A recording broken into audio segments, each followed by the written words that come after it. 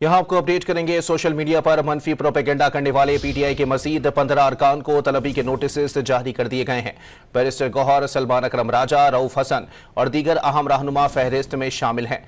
आपको बताएं कि सोशल मीडिया पर मनफी प्रोपेगेंडा करने वाले पीटीआई के मजीद 15 अरकान को तलबी के नोटिस जारी कर दिए गए हैं। बैरिस्टर गौहर, सलमान अकरम राजा, रऊफ हसन और दीगर अहम रहनुमा भी फहरिस्त में शामिल हैं। इससे कबल आपको बताते चलें कि पाकिस्तान तहरीक इंसाफ के 10 अरकान को तलबी के नोटिस जारी किए गए थे और अब सोशल मीडिया पर मनफी प्रोपेगेंडा करने वाले पीटीआई के मजीद 15 अरकान को तलबी के नोटिस जारी कर दिए गए हैं। बैरिस्टर गौहर, सलमान अकरम राजा, रऊफ हसन और दीगर अहम रहनुमा फहरिस्त में शामिल हैं। यहां आपको अपडेट करेंगे। सोशल मीडिया पर मनफी प्रोपेगेंडा करने वाले पीटीआई के मजीद 15 अरकान को तलबी के नोटिस जारी कर दिए गए हैं। बैरिस्टर गौहर, सलमान अकरम राजा, रऊफ हसन और दीगर अहम रहनुमा फहरिस्त में शामिल हैं।